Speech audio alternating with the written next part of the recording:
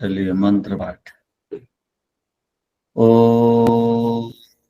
सहनाववतु सहनौ भुनक्तु सह वीर्यं करवावहै तेजस्विनावधीतमस्तु मा विद्विषावहै। ओम शांति शांति शांति।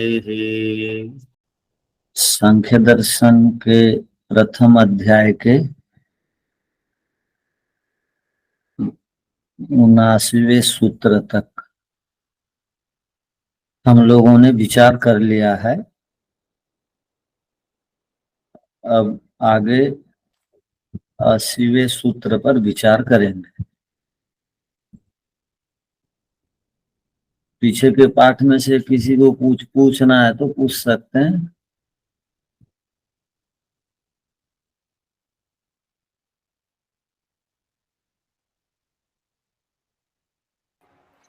ओम आचार्य जी नमस्ते।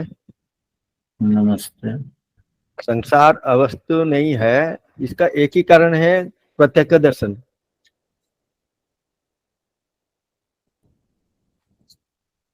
या और कोई कारण है?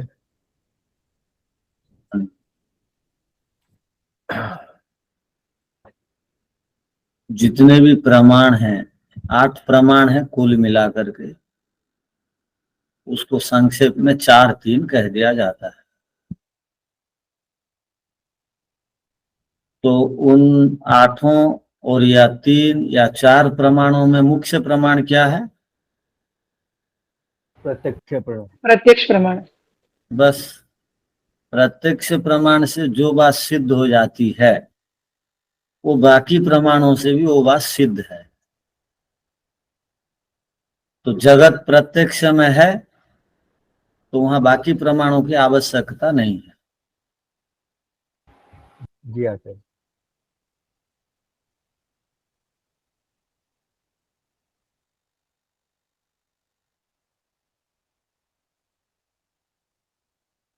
हो गया? प्रत्यक्ष में मतलब रूप रस गंध स्पर्श ऐसा है ना? प्रत्यक्ष का अर्थ इंद्रियों का वस्तुओं के साथ संबंध होने के उपरांत जो ज्ञान होता है। इंद्रियों का वस्तुओं के साथ संबंध होने पर जो ज्ञान उत्पन्न होता है उसको प्रत्यक्ष कहते हैं। जी।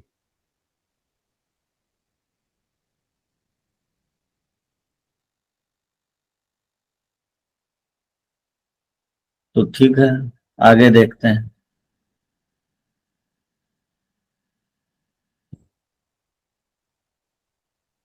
तो पीछे का अंतिम सूत्र का अभिप्राय क्या था? न अवस्तुत्वम, अर्थात जगत अवस्तु नहीं है, वस्तु वाला है। और जगत का कारण भी, प्रकृति भी वस्तु है। जो भी कार्य पदार्थ के रूप में, वस्तु के रूप में होता है उसका कारण भी वस्तु होगा। ये पीछे का प्रसंग का सार है। तस्मात, इसीलिए, भूमिका, इसीलिए, किस लिए, इसीलिए, भावे तद योगेन तत्सिद्धि ही अभावे तद अभावात् कुतस्तराम तत्सिद्धि ही। बहुत अच्छी बात बताई गई। भावे तद योगेन, भाव माने सत्तात्मक पदार्थ, भाव माने जिसका अस्तित्व है, भाव माने जो वस्तु है, भाव माने जिसकी सत्ता है। सत्ता वाले पदार्थ के योग से तत्सिद्धि ही, उसकी सिद्धि होगी, उसकी उत्पत्ति होगी। अभावे तद अभावा, यदि मूल कारण पदार्थ का अभाव होगा तो उससे बनने वाले कार्य पदार्थ का भी अभाव होगा। कुतस्तराम तत्सिद्धि, कुतस्तराम माने किस प्रकार से जगत की सिद्धि मानी जाएगी। यदि पीछे का प्रसंग चल रहा था, यदि हम लोगों ने पूर्व पक्षी के कथनानुसार प्रकृति को सत्ता वाला पदार्थ के रूप में स्वीकार नहीं करेंगे, किंतु जगत तो सत्ता वाला पदार्थ है, दिखाई देता है आंखों से, तो हम लोगों ने पहुंचा था निर्णय पर कि प्रकृति स्वयं सत्ता वाली है और उससे बनने वाला पदार्थ भी सत्तात्मक है। तो इसी को और स्पष्ट कर रहे हैं, यदि प्रकृति को सत्ता वाला, मूल प्रकृति को सत्तात्मक पदार्थ के रूप में हम नहीं करेंगे स्वीकार, तो उसके योग से बनने वाला पदार्थ कार्य जगत भी अभाव वाला होगा। और यदि प्रकृति को असत्तात्मक पदार्थ मानेंगे तो कार्य पदार्थ भी असत्तात्मक होगा। कुतस्तराम सिद्धि, किस प्रकार जगत की फिर सिद्धि होगी, किंतु जगत तो दिखाई देती है, उसकी तो सिद्धि होती है, तो सिद्धि नहीं हो सकती। तो अर्थ लिख लीजिए पहले।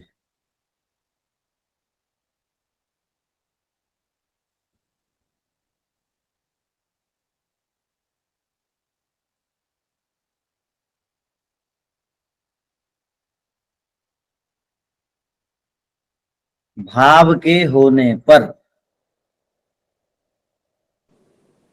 अरे भाव के होने पर अल्प विराम,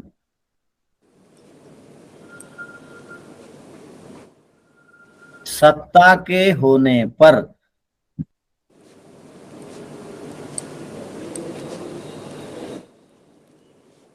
अर्थात मूल प्रकृति, अर्थात मूल प्रकृति के भाव रूप में विद्यमान होने पर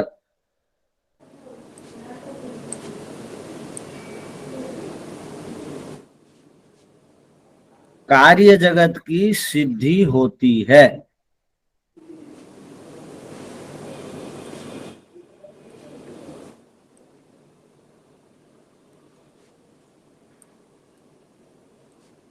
पूर्ण विराम।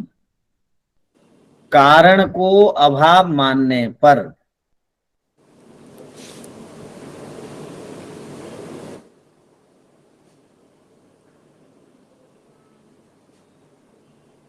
उससे किस प्रकार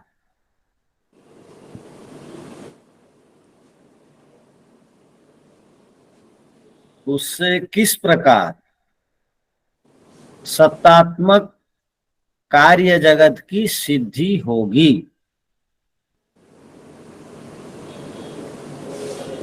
उससे किस प्रकार सत्तात्मक कार्य जगत की सिद्धि होगी।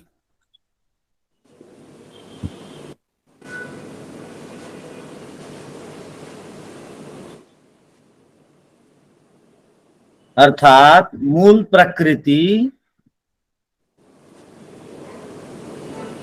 अर्थात मूल प्रकृति सत्तात्मक होने पर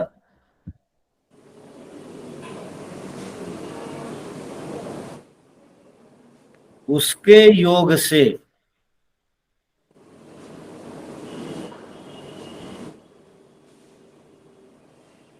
कार्य जगत की उत्पत्ति संभव होगी।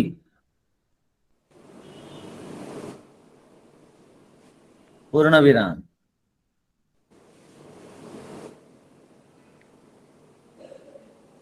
मूल प्रकृति का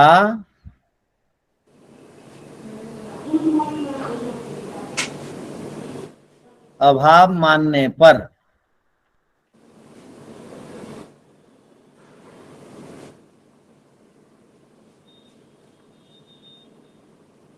कार्य जगत का भी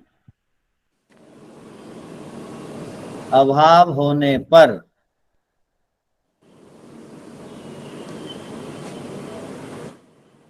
किस प्रकार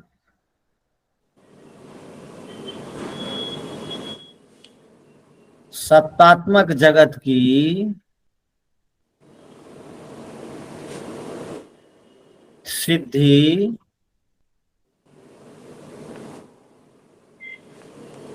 मानी जाएगी।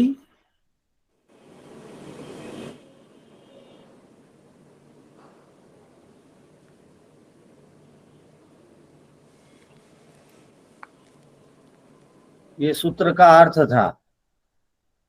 इसका अभिप्राय क्या निकला? कारण वस्तु प्रकृति के सत्तात्मक होने पर प्रकृति के संबंध से जगत की उत्पत्ति हो सकती है।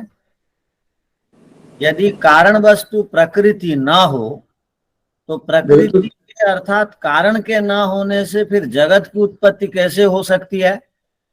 अर्थात नहीं हो सकती।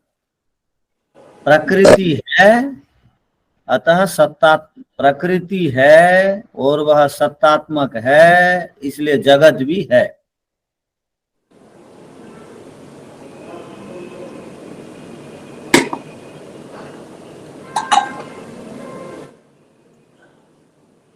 अब भाष्य देखिए।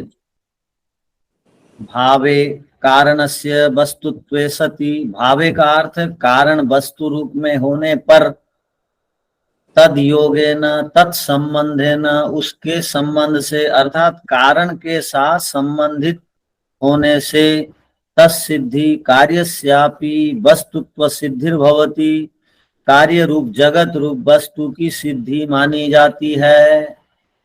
अभावे कारणस्य अभावे, कारण के अभाव होने पर, अवस्तुत्वे कारण को ही वस्तु रूप में हम नहीं मान रहे हैं, तद अभावात कारण के अभाव योग से, कुतस्तरम तत्सिद्धि कुतो ही किस प्रकार जगत सिद्धिर भवेत्, जगत की सिद्धि होगी। न कुतोपि इत्यर्थ, किसी भी प्रकार से जगत की सिद्धि नहीं हो सकती है। अस्ति ही जगत, जगत है, दिखाई देता है, तस्मात् इसीलिए प्रकृति आक्षेन, प्रकृति रूपक मूल पदार्थ भाव पदार्थेन, भाव पदार्थ के द्वारा जगत कारणेन, जगत का कारण है, भवितव्यम एवं, ऐसा इसको स्वीकार करना ही चाहिए। अर्थात प्रकृति रूपक कारण पदार्थ है, इसको हम निषेध नहीं कर सकते।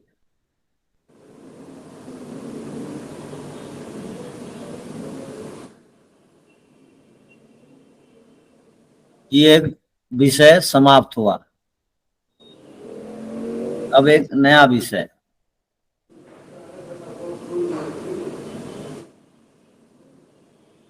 अथ, अब और एक नए विषय पर प्रवेश करते हैं। न कर्मण उपादानत्व अयोगात्, इसको अब समझिए। अभाव से भाव नहीं हो सकता है, ठीक है, ये प्रसंग हो गया, पिछला सूत्र का था। अभाव से भाव की उत्पत्ति नहीं होगी। अब पूर्व पक्षी ने कहा अभाव से भाव की उत्पत्ति नहीं होती है, चलो छोड़ो। अब ये ऐसा मान लीजिए ना, कर्म से ही जगत की उत्पत्ति होती है, कर्म से जगत की उत्पत्ति होती है, मान लीजिए। बात ठीक बोल रहा है ना, कर्म से जगत की उत्पत्ति होती है, अर्थात कर्म अर्थात क्रिया जगत का उपादान कारण है, इसको आप स्वीकार कर लीजिए। कर्म जगत का उपादान कारण है, क्रिया जगत का उपादान कारण है, अर्थात कभी भी चेतन पदार्थ उपादान कारण नहीं बनता। चेतन पदार्थ कभी उपादान कारण नहीं बनता किसी का। जो अभौतिक होता है वो उपादान कारण नहीं बनता है।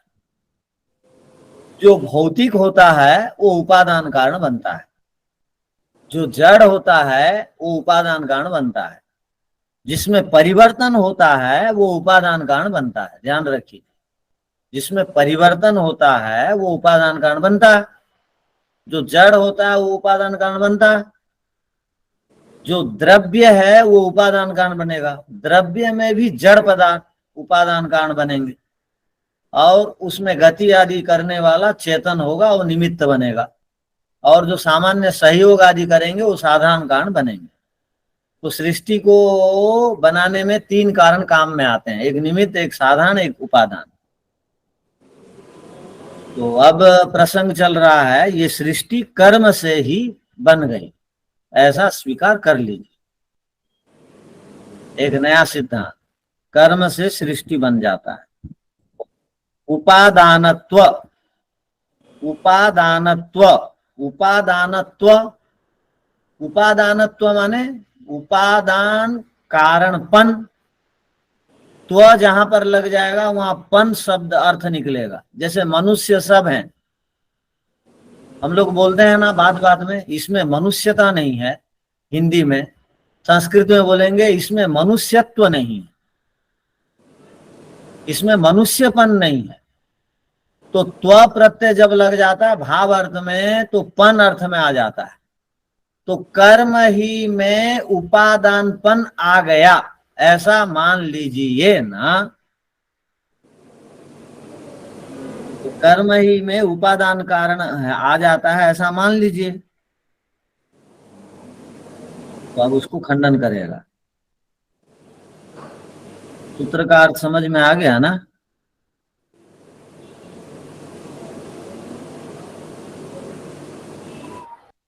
न कर्मण, न कर्मण उपादानत्व अयोगात, उसमें योग्यता नहीं है, कर्म में उपादान बनने की योग्यता नहीं है।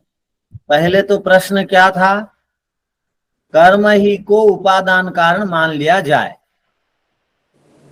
अब उत्तर दे रहे हैं, कर्म को उपादान कारण नहीं माना जा सकता। क्यों नहीं माना जा सकता?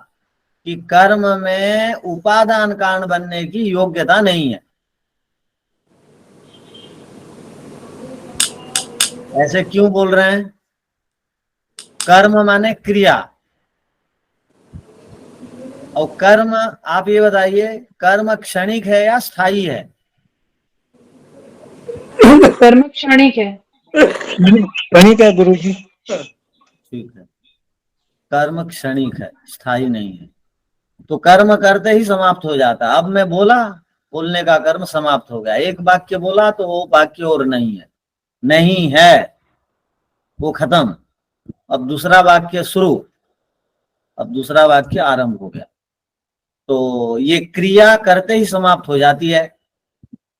तो क्रिया जब करते ही समाप्त हो जाती है, अब उपादान कारण जो बनता है वो स्थायी होना चाहिए।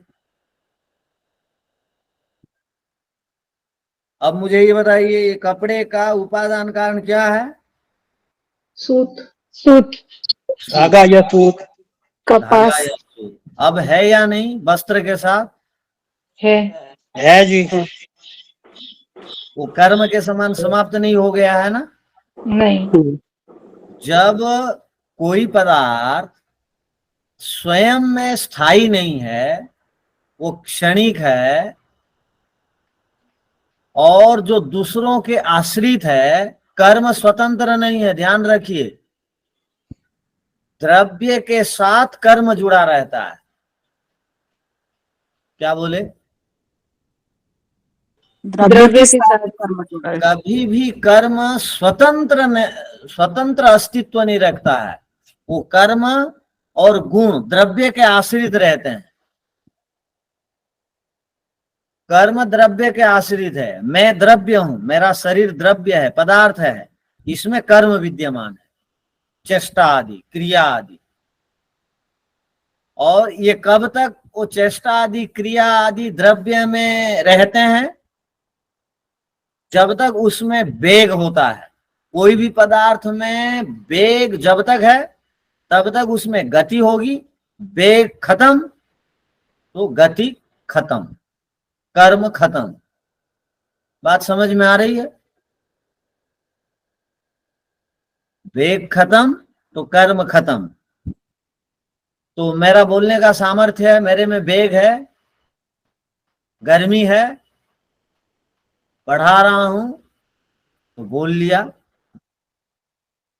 न तो मौन रहना पड़ता, कोई नहीं रहते तो अब जो वेग उत्पन्न हुआ, इससे गति बनी, इससे कर्म हुआ। और कर्म स्वयं बिना द्रव्य के कभी भी कर्म स्वयं कुछ नहीं कर देता है। कर्म का सामर्थ्य ही नहीं है वो अकेला में कुछ कर दे। तो जब कर्म स्वयं द्रव्य के आश्रित है और कर्म जब स्वयं स्थायी नहीं है, अस्थायी है, क्षणिक है, वो किस प्रकार उपादान बनेगा? और जो भी उपादान बनता है उसमें परिवर्तन जरूरी है। प्रकृति उपादान बनती है, उसमें परिवर्तन होता है। प्रकृति के मूल रूप में परिवर्तन होने के बाद ये सृष्टि बनी। प्रलय को प्रकृति कहते हैं, प्रलय को प्रकृति कहते हैं। अब प्रकृति चार रूप में विद्यमान है। प्रकृति के कितने विभाग हैं?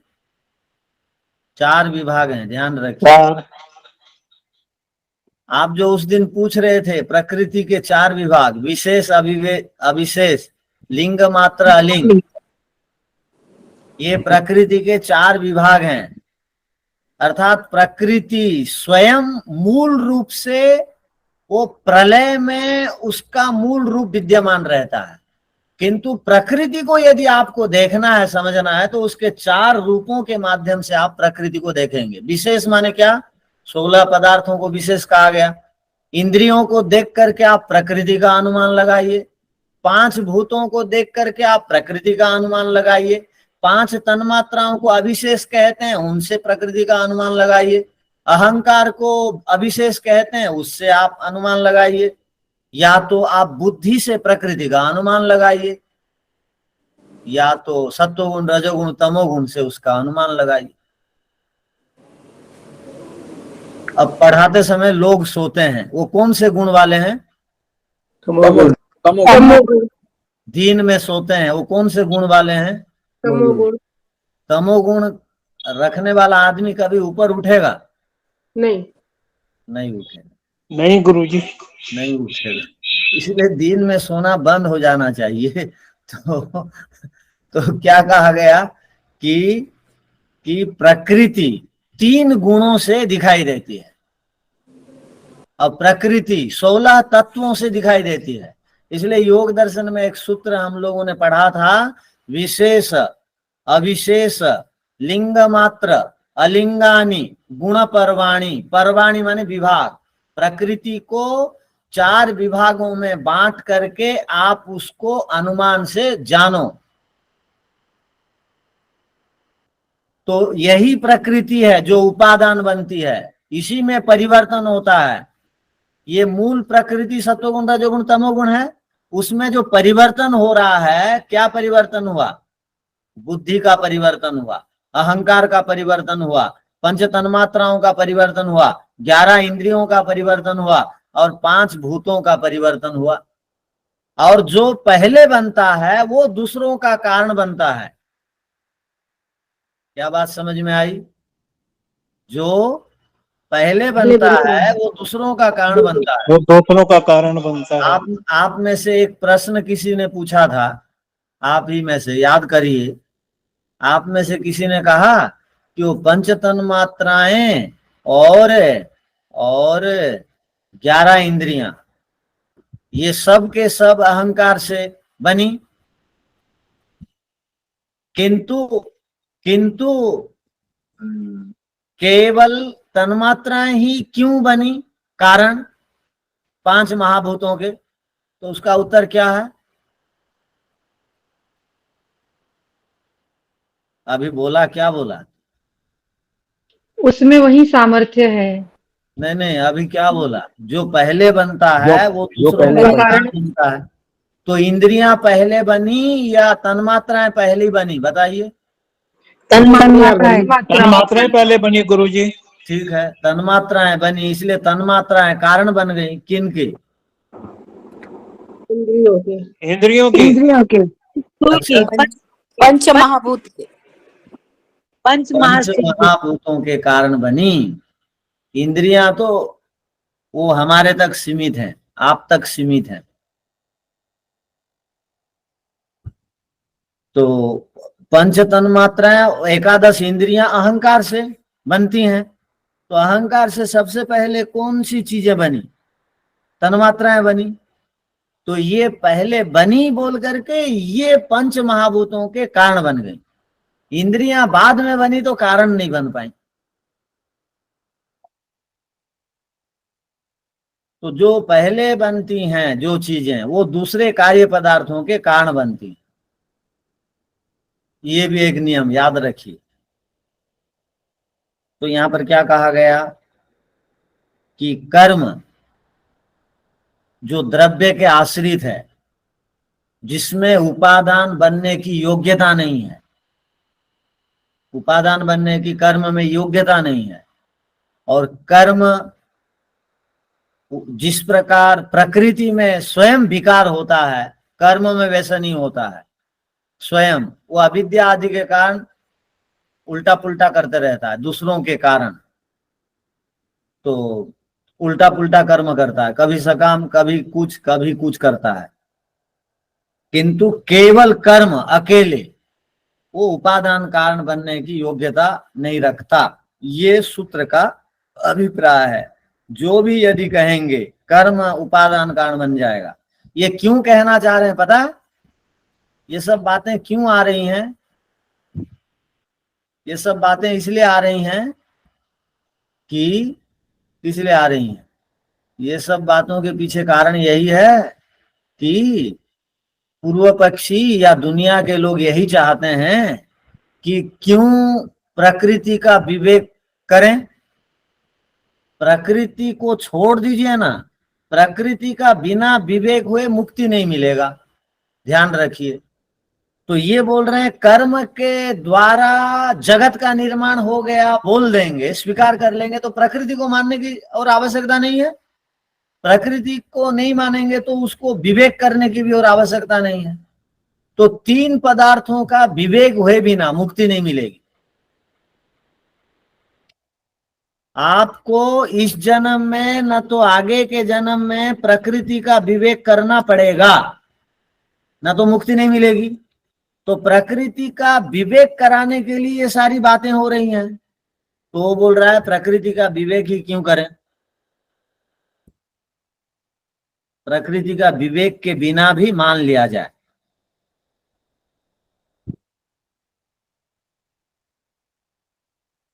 बात समझ रहे हैं?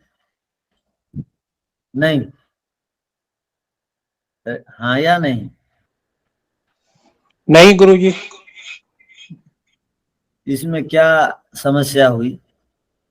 पूर्व पक्षी ये कह रहा है, सब लोग स्वतंत्र हैं बोलने में।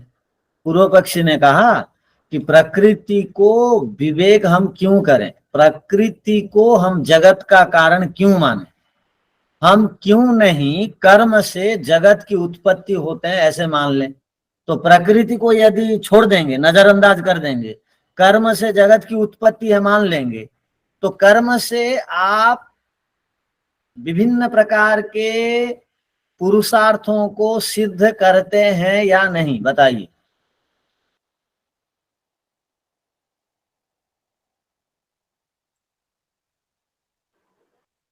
कर्म से पुरुषार्थ तो आचार्य जी सिद्ध करते हैं, लेकिन बिना वस्तु बिना निमित्त के तो कर्म भी नहीं, गुण बिना गुण की उस वस्तु में हुए कर्म भी नहीं किया जा सकता ना।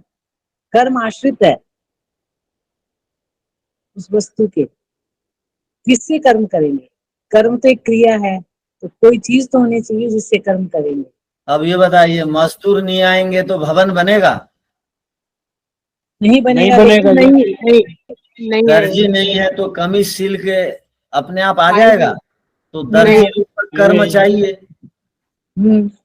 तो कर्म से तो हो गया कपड़े बन के तैयार। जी है लेकिन सूता या कपड़ा नहीं है तो भी इसका वस्त्र नहीं होगा। हाँ, क्या उपादान कारण नहीं है? मटेरियल तो चाहिए पहले पहले बढ़िया। मटेरियल होगा तब तो काम ये होगा। चाहिए गुरुजी। ये उत्तर हम चाह रहे थे आपसे। अब ये ईंट हो या बताइए, कपड़ा हो। अब मजदूर 200 के लगभग मजदूर हैं, भवन बनाने के लिए आए हैं, सीमेंट नहीं है, गिट्टी नहीं है, बालू नहीं है, अब बताओ घर बन जाएगा? नहीं बनेगा, नहीं बनेगा, कुछ नहीं नहीं काम होगा। बनेगा गुरुजी।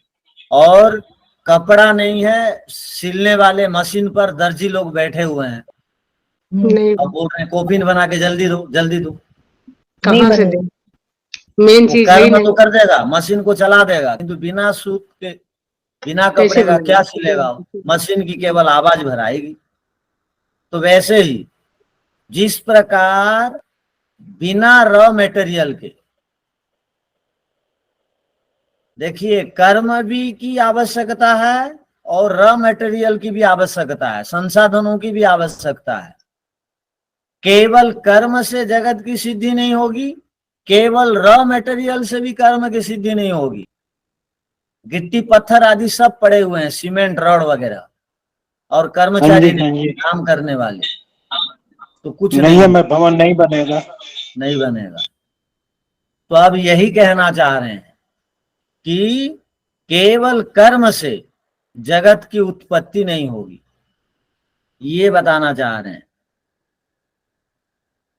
तो दोनों की आवश्यकता है।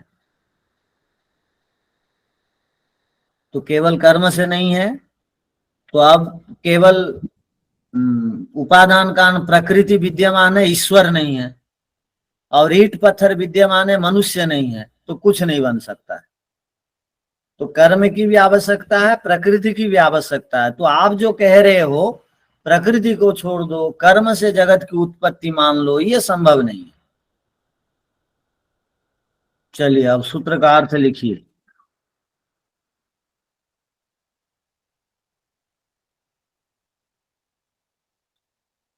यहाँ एक और नई बात बताई जाती है।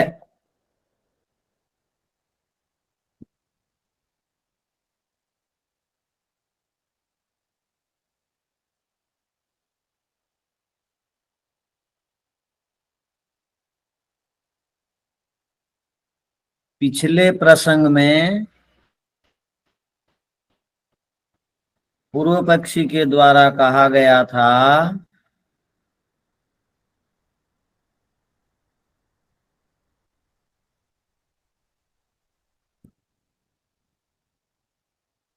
अभाव से जगत की सिद्धि कर लो।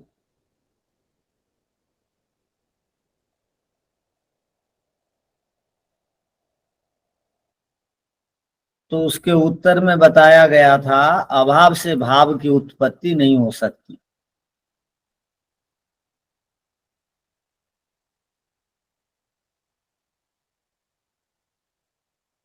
अब इस सूत्र में कहा जाता है कि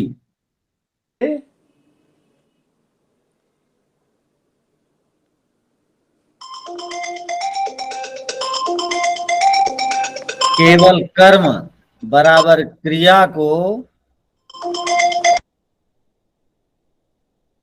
केवल कर्म बराबर क्रिया को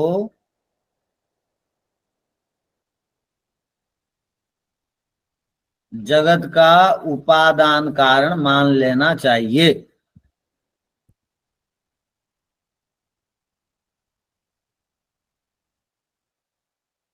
अर्थात प्रकृति को छोड़कर, अर्थात प्रकृति को छोड़कर कर्म को ही जगत का उपादान कारण मानने पर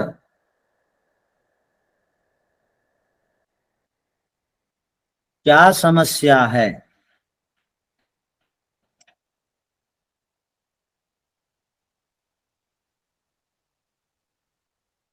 इसका उत्तर देते हुए अब कहा जाता है कि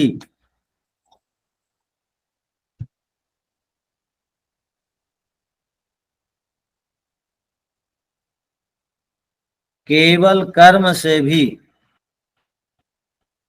जगत की उत्पत्ति नहीं हो सकती।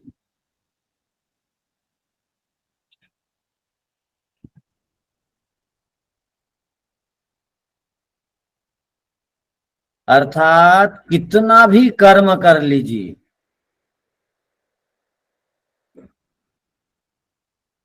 उपादान कारण के बिना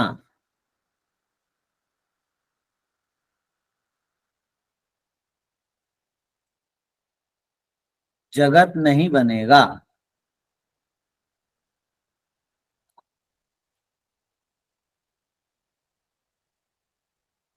अर्थात केवल कर्म को जगत का उपादान कारण नहीं मान सकते।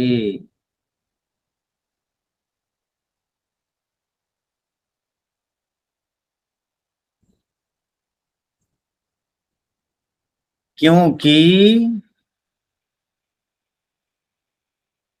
उसमें उपादान बनने की योग्यता नहीं है।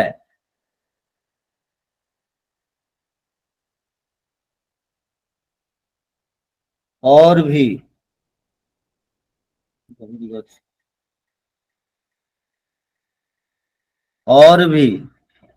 कर्म द्रव्य ना होने से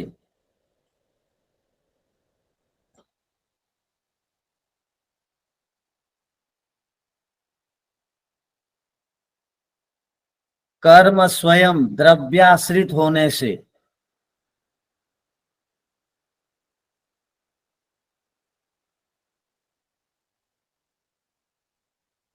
तथा क्षणिक होने से, कर्म स्वयं में द्रव्याश्रित होने से, द्रव्य के आश्रित होने से तथा क्षणिक होने से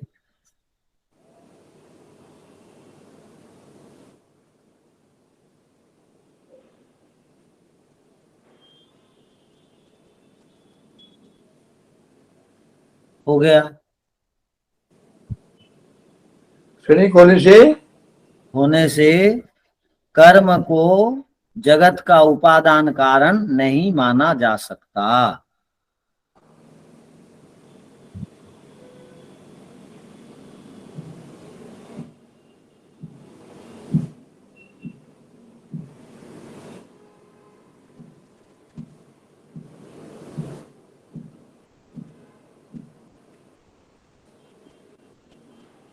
अब भाष्य देखिए, न कर्मण उपादानत्व अयोगा। क्या हुआ? केवल केवल कर्म को जगत का उपादान का कारण नहीं हो सकता, ना खाली जगत कर्म को जगत का उपादान कारण नहीं हो सकता। हाँ, केवल कर्म नहीं हो सकता, किंतु कर्म की भी जगत निर्माण में आवश्यकता है प्रकृति को। इसलिए लिख दिया ना केवल कर्म। हाँ जी, न कर्मण उपादानत्व अयोगा। न कर्मण यदि केनचित कल्प्येत, यदि कोई कल्पना करे, का आवश्यकता, क्या आवश्यकता है? भाव रूपाया प्रकृति, भाव रूप सत्ता रूप प्रकृति से जगत की सिद्धि होती है मानने की। यस्या विवेक अपेक्षते, जिसकी विवेक की अपेक्षा हो। प्रकृति को केवल प्रकृति होती है जान लेने से तो नहीं होगा, प्रकृति से जगत बनता है बोल देने से तो नहीं होगा। मोक्ष के लिए उसकी विवेक की अपेक्षा भी होती है, अर्थात उसका ठीक ठीक जानना भी पड़ता है। प्रकृति किसे कहते हैं, प्रकृति का अर्थ क्या है।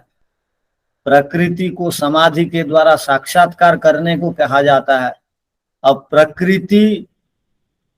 प्रकृति के कार्यों को मैं अपना कार्य मानते रहता हूं विवेक के बिना। अर्थात मैं गोरा हूं, मैं काला हूं, ये जो बोलते रहता हूं, ये प्रकृति के प्रभाव से मैं बोलते रहता हूं। मैं धनी हूं, मैं गरीब हूं, मैं अभागा हूं, भाग्यहीन हूं, ये सब प्रकृति के प्रभाव से मैं बोलता हूं।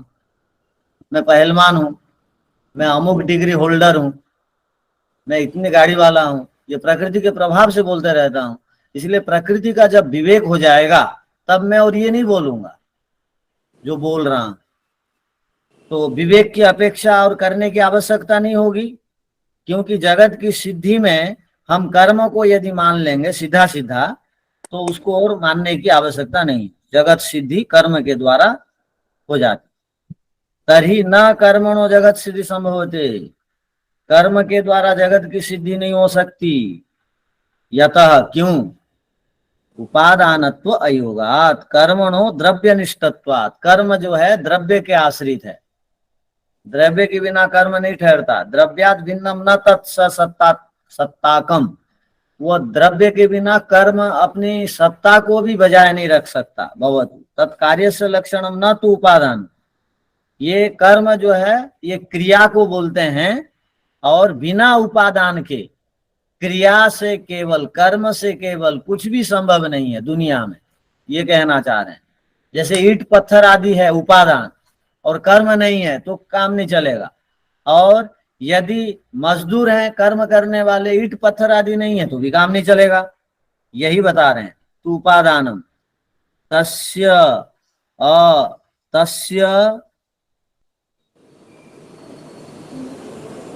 द्रव्यत्वात्, तस्य अद्रव्यत्वात् उपादानत्व अयोग्यत्वम अस्ति। ये कह रहे हैं यहाँ पर उपादान की योग्यता और स्वतंत्र रूप से उसमें द्रव्य की योग्यता भी नहीं है। उपादानम तो तदेव भवति, उपादान तो वही होता है, उपादान वही होता है यद रूपांतरत्वम आदत्ते। यद र लिखा है, उसके बाद रू नहीं लिखा है, एक लिख देंगे, रू छूट गया है। यद रूपांतरत्वम आदत्ते, जो रूपांतर को प्राप्त हो, रूपांतर माने परिवर्तन। उपादान वही होता है जो परिवर्तन को, बदलाव को प्राप्त हो, परिणाम को प्राप्त हो। परिणामते माने कर्म तु द्रव्यस्थम, कर्म जो है द्रव्य के अंदर विद्यमान है, द्रव्य के आधार में है।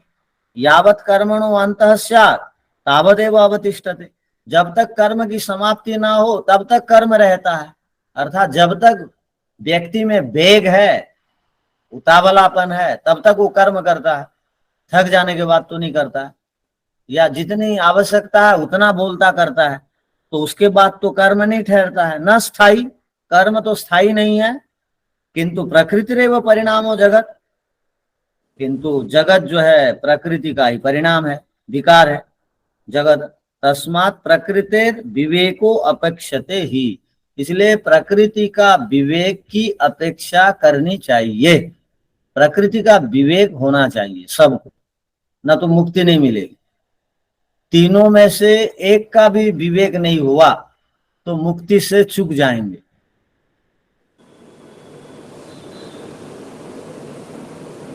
मुक्ति से चूक जाएंगे तो क्या घाटा होगा? अरबों अरबों आत्माओं की सहायता से जो मनुष्य जन्म को हम साकार रूप देते हैं, अरबों अरबों आत्माओं की सहायता से हम मुक्ति तक पहुंचने में सक्षम होते हैं। इतने अरबों आत्माओं की सहायता मिली तो भी हम जीवन में कुछ नहीं कर पाए, ना अपना भला किए ना दूसरों का किए। तो किया तो अपना अरबों आत्माओं का सहायता मतलब एक दिन जीवन जीने के लिए कम से कम 10,000 आत्माएं सहायता, एक दिन का आपका जीवन तब चलता है जब 10,000 आत्माएं आपकी सहायता करती। जी आपने बताया था वो गेहूं का और खान भोजन के विषय में।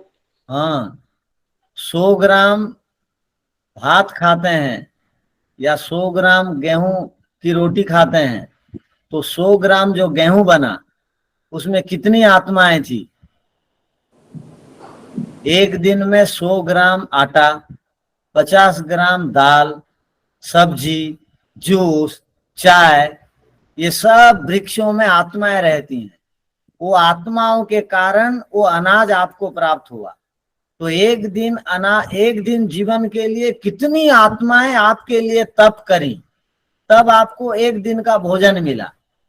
तो 365 दिन में अरबों की संख्या में आत्माओं की सहायता, और पूरे जीवन भर में संख्यातीत आत्माओं की सहायता से तो ये मनुष्य जन्म चल रहा है। और इतने लोगों की सहायता, फिर ईश्वर की सबसे अधिक सहायता है। तो भी इतनी सहायता मिलने के बाद इतने लोग हमारे पीछे खड़े हैं इस जीवन को चरितार्थ करने के, तो भी हम मुक्ति के लिए प्रयत्न नहीं करेंगे, अपने लिए ध्यान नहीं देंगे, तो अगले बार ऐसा सुवर्ण अवसर दोबारा आएगा क्या? इसलिए प्रकृति का विवेक कर लेना चाहिए मुक्ति के लिए।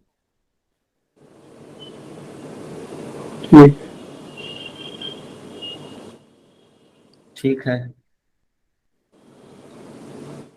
बाकी ओ